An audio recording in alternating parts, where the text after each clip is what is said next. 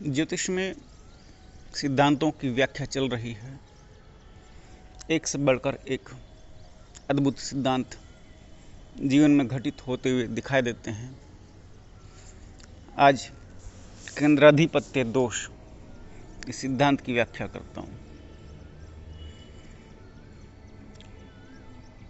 केंद्राधिपत्य दोष क्या होता है और कैसे ये काम करता है, जब आप कुंडली का अध्ययन करेंगे तब आपको ये दिखलाई देगा कि जातक जो चाहता है वो क्यों नहीं पूरा होता। अर्थात जातक उसको बोलते हैं जो कोई भी प्राणी अपनी जन्मपत्री दिखानी चाहता है और प्रश्न पूछना चाहता है तो उसको जातक बोलते हैं। तो जातक अर्थात कोई भी वो आम आदमी, कोई भी मनुष्य, स्त्री पुरुष, जवान बूढ़ा बच्चा, कोई भी हो सकता है। जब वो ये बात पूछता है कि मैं जो चाहता हूँ वो क्यों नहीं पूरा हो रहा, तो उस पूरा ना होने में बहुत सारे कारण उत्पन्न होते हैं और उन कारणों में एक बड़ी व्याख्या आती है केंद्राधिपत्य दोष की। विवृत पारशर होरा शास्त्र के अंतर्गत, जो कि ज्योतिष में सुप्रीम कोर्ट कही जाती है, उसके अंतर्गत ये सिद्धांत निर्मित है और जीवन में घटित होता हुआ दिखाई देता है। सिद्धांत ये है, केंद्र के स्वामी अगर शुभ ग्रह हों तो जातक को उनका पूर्ण फल प्राप्त नहीं हो पाता। और ये बड़ा अद्भुत सिद्धांत है। और शुभ ग्रह कौन से होते हैं? और शुभ ग्रहों में तो और भी ज़्यादा देखा जाए तो सभी जितने पापी ग्रह कहे गए हैं वो भी आ जाते हैं, यदि वो मजबूत और बलवान अवस्था में हों। चाहे सूर्य, मंगल, शनि, ये सब भी आ जाते हैं। यदि उच्च के हो जाएं तो शुभ ग्रह कहे जाते हैं। इसके बाद और व्याख्या की गई है इस सिद्धांत की, जो सौम्य ग्रह हों। और सौम्य ग्रह कौन से होते हैं? जब आप ग्रहों की प्रकृति का अध्ययन करेंगे तब आप पाएंगे चंद्रमा, बुध, गुरु और शुक्र, ये सौम्य ग्रह कहे गए हैं। जब केंद्राधिपत्य दोष लागू होता है और ये केंद्र के स्वामी बनते हैं, तब जातक को अपने जीवन में प्राप्त होने वाले पारिश्रमिक और बहुत सारे सुखों की कमी अनायासी महसूस होती है। अब बात करता हूँ लगन की। अब केंद्राधिपत्य दोष कहाँ से उत्पन्न होता है? जैसे मेष लगन है। मेष लगन में 1, 2, 3, 4 पहले घर के स्वामी मंगल बने। ये पापी और क्रूर ग्रह हैं, इनको छोड़ दें।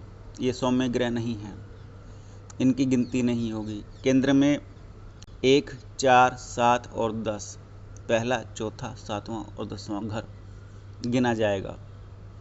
तो चौथे घर में चंद्रमा, अर्थात चौथे घर का स्वामी मेष लगन में चंद्रमा बना, सौम्य ग्रह, शुभ ग्रह। इसके बाद और आगे चलते हैं, 5, 6, 7, तो सप्तम घर का स्वामी शुक्र बना।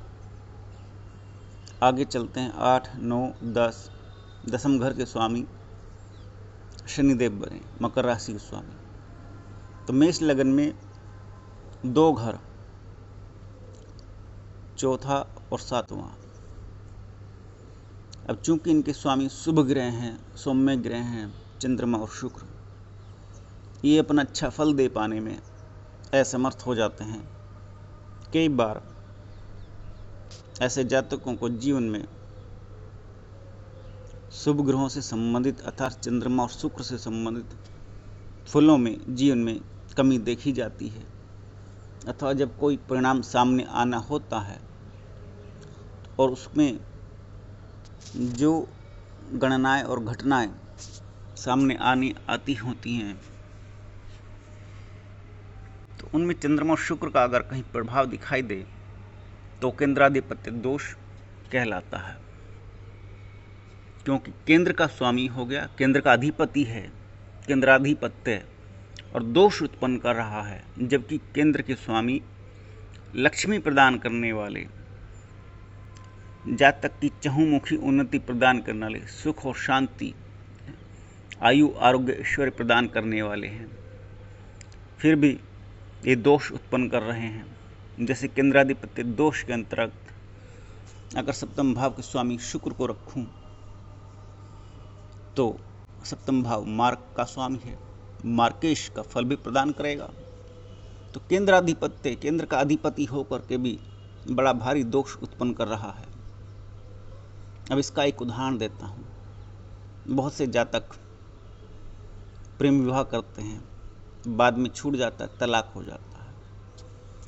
ये सप्तम घर का फल है, केंद्राधिपत्य दोष का फल है। बहुत से जातकों के लिव इन में रहने के संबंध बनते हैं, घनिष्ठ और क्लोज संबंध बनते हैं, और उनके अंतर्गत बाद में चल करके हत्या अथवा आत्महत्या के जैसे फल देखने को मिलते हैं। ये भी सप्तम घर के फल हैं और केंद्राधिपत्य दोष का परिणाम सामने दिखाई देता है। इसके अलावा समलैंगिकता से संबंधित फल, वो भी केंद्राधिपत्य दोष के फल हैं। केंद्र का अधिपति स्वामी उत्पन्न होकर के मान सम्मान की हानि के साथ साथ मानसिक विकृति अर्थात हार्मोन्स इम्बैलेंस जो समलैंगिकता उत्पन्न करता है, जो शुक्र जिसका कारक है हार्मोन्स का, इंटरनल ग्रंथि का, वो उत्पन्न कर रहा है। तो केंद्राधिपत्य दोष के परिणाम भिन्न भिन्न प्रकार से आप समाज में देखते हैं। विवाहेतर संबंधों का बनते चले जाना, वेश्याओं के पास जाना अथवा कॉल गर्ल्स के पास जाना और उनके माध्यम से किसी बीमारी का शिकार हो जाना और तड़प तड़प कर जीवन जीना, या लंबे समय के साथ उस बीमारी के साथ, यौन अंगों की बीमारी के साथ जीवन जीना, केंद्राधिपत्य दोष में परिणाम सामने दिखाई देता है। ये मैंने लगभग सप्तम घर के फल कुछ उदाहरण के रूप में लिए, जबकि केंद्राधिपत्य दोष के फल तब भी प्राप्त हो सकते हैं यदि केंद्र में ही शुभ ग्रह अपने ही घर में बैठा हो, तब भी वो परिणाम प्राप्त हो सकते हैं और होते हैं। चाहे वो पहले, चौथे, सातवें और 10वें घर में शुभ ग्रह अपनी ही राशि में स्वयं ही क्यों न बैठा हो।